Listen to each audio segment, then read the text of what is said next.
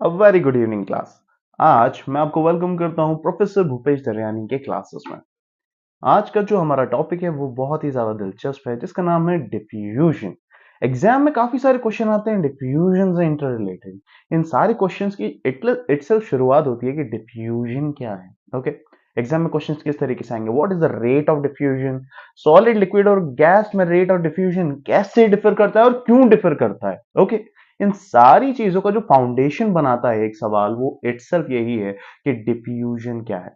Diffusion की जो bookish definition है वो कुछ इस तरीके से है, that the intermixing of particles on their own is called as diffusion. सिर्फ एक लाइन की डेफिनेशन है। बहुत सारे बच्चे क्या करते हैं, इस डेफिनेशन को मगअप कर लेते हैं, फिर रट लेते हैं, पढ़ लेते हैं, समझते नहीं है। अब होगा क्या, ये जो रटी हुई चीज है आपकी टेम्परेरी मेमोरी में, आपकी परमानेंट मेमोरी में नहीं गई, क्योंकि आपने उस चीज को मेमोराइज नहीं किया, विजुअलाइज नहीं किया, समझा नहीं है। एग्जाम्पल के तौर पर एक बहुत रियल लाइफ एग्जाम्पल लेता हूँ। लेट्स से मैं एक डिश लेके आता हूँ तुम्हारे लिए, एक इंटरनेशनल डिश। ओके, ये इटली से है, इसका नाम है फेत्तुचीनी आला carbonara.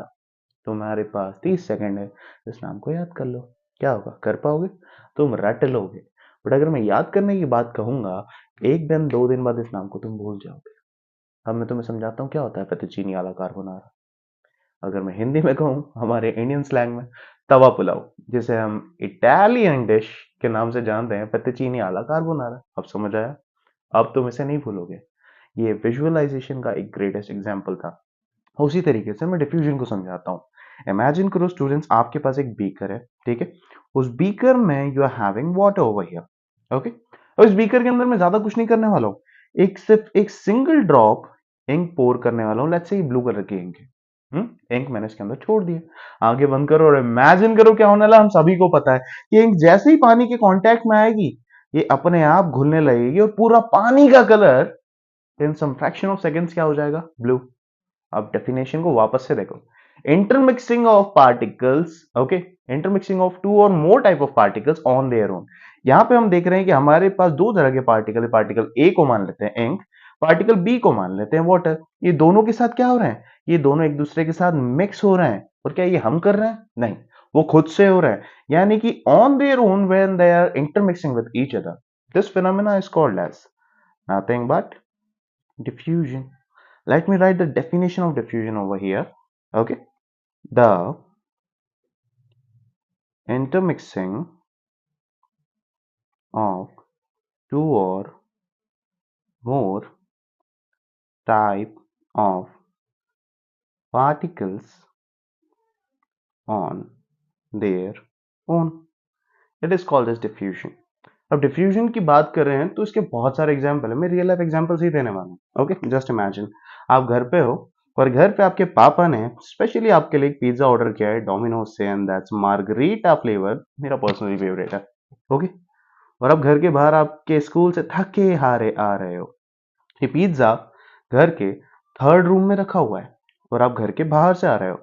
There are 3 rooms in the starting and there are also stairs over here, and that's you who has approached your home.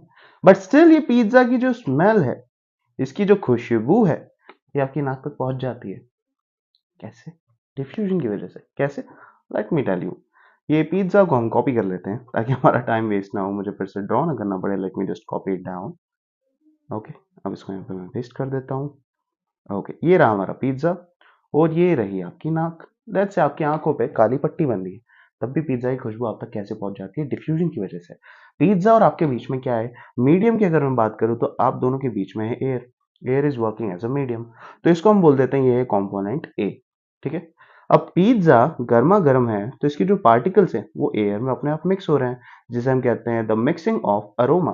Okay, तो ये वो छोटे छोटे पार्टिकल्स जो एयर में मिक्स हो गए, ये है the particle which is B. तो यहाँ पे आप देख रहे हो पार्टिकल बी पार्टिकल ए में अपने आप मिक्स हो रहे हैं। वो पिज्जा की खुशबू को हम मिक्स नहीं कर रहे हैं, वो खुद से मिक्स हो रही है। और ऐसे करते करते ये पिज्जा की जो खुशबू है ये आपकी नाक तक पहुंच जाती है। तो इस फिनोमेना को हम कहते हैं बेटा diffusion.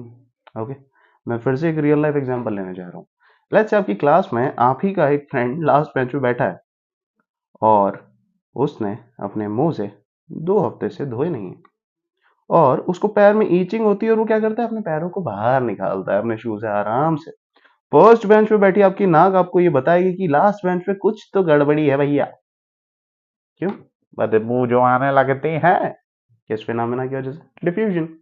Let me tell you, ये जो इसके सॉक्स में पार्टिकल्स है जिनके अंदर बदबू ट्रैप्ड है, इन पार्टिकल्स को हम कहते हैं कंपोनेंट ए। कंपोनेंट ए और आपकी नाक के बीच में मीडियम क्या है? एयर। तो जो एयर बीच में प्रेजेंट है ये आपका मीडियम बी। तो यहाँ पे दो कंपोनेंट है, कंपोनेंट ए और कंपोनेंट बी। ये दोनों आपस में क्या हो रहे हैं? इंटरमिक्स हो रहे हैं। क्या हम कर रहे हैं? आंसर है नहीं, वो खुद से मिक्स हो रहे हैं। That's why this phenomena of intermixing of two or more type of particles on their own, खुद से, इज कॉल्ड एज डिफ्यूजन। अब हम बात कर लेते हैं डिफ्यूजन पे ये आने वाले एक मोस्ट इंपॉर्टेंट क्वेश्चन की जो एग्जाम में काफी सारे टीचर्स दे देते हैं। Okay, discuss about rate of diffusion in solids, liquids and gases। Question को ध्यान से पढ़िए। हमारे पास यहाँ पे मैटर की तीनों स्टेट है, सॉलिड, लिक्विड और गैस, और तीनों में हमें डिफ्यूजन की बात करनी है। ओके, चलो यहाँ पे हम तीनों का सबसे पहले एक एक एग्जांपल लेते हैं। Let's say I am having iron block over here जो सॉलिड स्टेट में है। अपार्ट फ्रॉम दैट क्लास मेरे यहाँ पे बीकर है जिसके अंदर है मेरे पास वाटर जो लिक्विड स्टेट में है। अपार्ट फ्रॉम दैट क्लास हमारे पास यहाँ पर एक एम्प्टी रूम है, ठीक है, एंड इस रूम के अंदर एयर है। एयर की अगर मैं बात करूँ, ऐसे homogeneous mixture of different gases, तो इसे हम गैस कंसिडर कर लेते हैं। रूम के अंदर की गैस की बात कर रहा हूँ, रूम की बात नहीं हो रही है, ठीक है। अब मैं अगर डिफ्यूजन की बात करता हूँ तीनों के अंदर, ठीक है, सॉलिड, लिक्विड और इवन गैस के अंदर। अगर मैं बात करता हूँ सॉलिड की बेटा, तो यहाँ पे अगर मैं लेट्स से ब्लू कलर की इंक को पोर कर रहा हूँ, सबसे पहली चीज तो मुझे ये बताइए, अगर एक आयरन का ब्लॉक है आपके पास और उसके ऊपर मैं इंक डाल रहा हूं, तो क्या ये इंक ब्लॉक के अंदर जा पाएगी? आंसर है नहीं। क्यों नहीं जा पाएगी? यहां हम देखते हैं इसको माइक्रोव्यू के अंदर। ये रहे आयरन के एटम्स, और क्या इन एटम्स के बीच में तुम्हें स्पेसेस दिख रही है जो इंटर पार्टिकल स्पेसेस कहलाती है? आंसर है नहीं। सॉलिड के पार्टिकल्स का जो फोर्स ऑफ अट्रैक्शन होता है वो बहुत ज्यादा होता है। ये रहे सॉलिड के पार्टिकल्स जिनका फोर्स ऑफ अट्रैक्शन बहुत ज्यादा है। जब फोर्स ऑफ अट्रैक्शन बहुत ज्यादा है तो बीच में स्पेस तो होगी ही नहीं, और अगर बीच में स्पेस नहीं होगी तो ये जो दूसरा कंपोनेंट है जो हमारा इंक है, कंपोनेंट ए, ये हमारे कंपोनेंट बी जो कि है आयरन, उसके अंदर आखिरकार मिक्स होगा कैसे? आंसर है नहीं हो पाएगा। तो that's why diffusion is negligible in case of solids. कुछ एक्सेप्शंस हैं जिनके बारे में हम बात करेंगे, बट इन जनरल मैं ये नहीं कह रहा हूं कि सारे ही सॉलिड्स में डिफ्यूजन नहीं होता है। इन जनरल 99% ऑफ सॉलिड्स में डिफ्यूजन नहीं देखा जाता। ओके, एक्सेप्शंस हैं, उनकी बात करेंगे लिक्विड और गैसेस के बाद। अभी बात करते हैं हम लिक्विड की। फिर से हमारे पास क्या है? हमारा पानी। इस पानी के अंदर मैं फिर से एक बूंद डालने वाला हूं इंक। इंक हो गई कंपोनेंट ए और वाटर हो गया कंपोनेंट बी। क्या ये इंक पानी में मिक्स हो जाएगी? डेफिनेटली सर, ये मिक्स हो जाएगी। क्यों मिक्स हो जाएगी? इसके पीछे का रीजन क्या है? ये रहे वाटर मॉलिक्यूल्स, ओके, जो लिक्विड स्टेट में। क्या इन मॉलिक्यूल के बीच में तुम्हें स्पेसेस दिख रही है? यस सर, हमें डेफिनेटली स्पेसेस दिख रही है। इन स्पेसेस को हम क्या कहते हैं? इंटर पार्टिकल स्पेसेस, जो लिक्विड्स में प्रेजेंट होती है बट सॉलिड्स में नहीं प्रेजेंट होती है। तो इन्हीं स्पेसेस के बीच में ये जो हमारी ब्लू कलर की इंक है, इसको मैं कलर कर देता हूं बेटर क्लैरिटी के लिए। ये ब्लू कलर की इंक के पार्टिकल्स आराम से स्पेस ऑक्यूपाई कर लेते हैं और अपने आप ही मिक्स हो जाते हैं। इसी फिनोमेना को हम कहते हैं डिफ्यूजन, जो लिक्विड्स में है। क्यों? इंटर पार्टिकल स्पेसेस के प्रेजेंट होने की वजह से। सॉलिड्स में होता है नहीं, क्योंकि सॉलिड के पार्टिकल के बीच में स्पेसेस थी ही नहीं। No spaces were there for solid particles. अगर मैं बात करता हूँ गैसेस की, तो चलो गैसेस के लिए हम एक रियल लाइफ एग्जांपल ले लेते हैं जो हमारे मध्य प्रदेश के भोपाल से लिया हुआ है। ओके, कई साल पहले मिथाइल आइसोसाइनाइड, ये एक गैस थी जो पेस्ट को मारने के लिए, यानी कीड़े मकोड़ों को मारने के लिए बनाई जाती थी फैक्ट्रीज में। तो that's a factory in which this gas is present, methyl isocyanide. कुछ तकनीकी खराबी की वजह से ये गैस लीक होने लग गई। ओके, इस गैस को मान लेते हैं कंपोनेंट ए, और ये भोपाल सिटी को मान लेते हैं हमारा कंपोनेंट बी। ये गैस ए हमारे सिटी की जो एयर है, जो हमारा कंपोनेंट बी है, इसके अंदर रातों रात फैल जाती है और एक रात में ही लाखों लोगों की डेथ हो जाती है।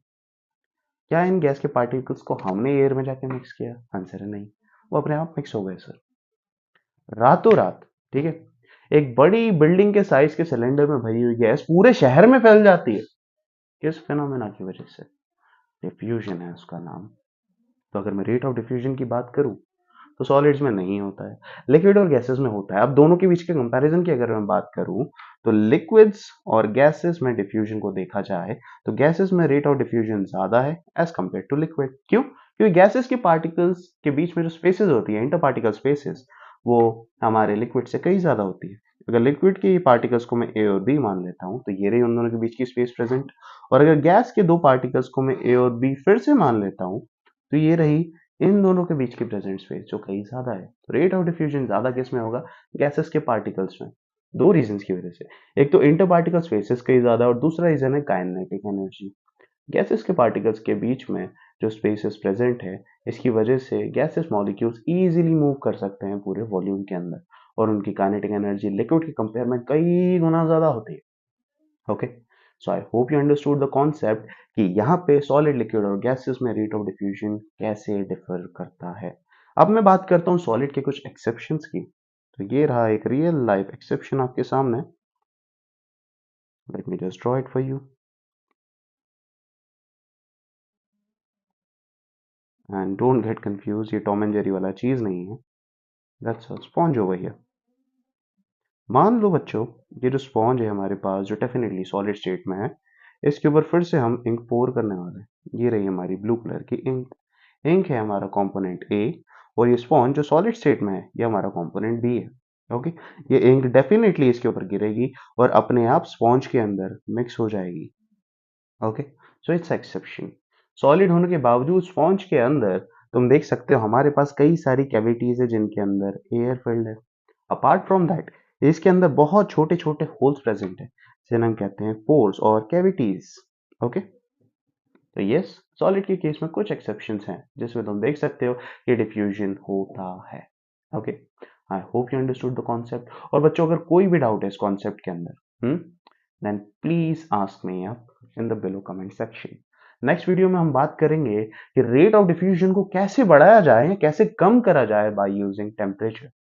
एग्जाम में क्वेश्चन किस तरीके से आता है, let me tell you that how the rate of diffusion changes itself on getting changed to the temperature, or how temperature affects the rate of diffusion। इसके बारे में हम कहाँ बात करने वाले हैं, हमारे अगले वीडियो में। प्लेलिस्ट में जाओ, अगला वीडियो वहीं पड़ा होगा, click it and do understood the concept. अगर कोई भी डाउट है तो नीचे दिया गया जो कमेंट सेक्शन है बेटा, उसके अंदर प्लीज अपना डाउट टाइप करके मुझे भेजो। We are going to solve it out for you. Till then have a great day ahead, और आई होप आप सबको मजा आ रहा होगा प्रोफेसर भूपेश दरियानी की क्लासेस में। That's me. सो स्टूडेंट्स, मिलते हैं नेक्स्ट लेक्चर में। Till then have a great day ahead, और इसी का मुझे कुछ करना पड़ेगा। Till then bye bye students.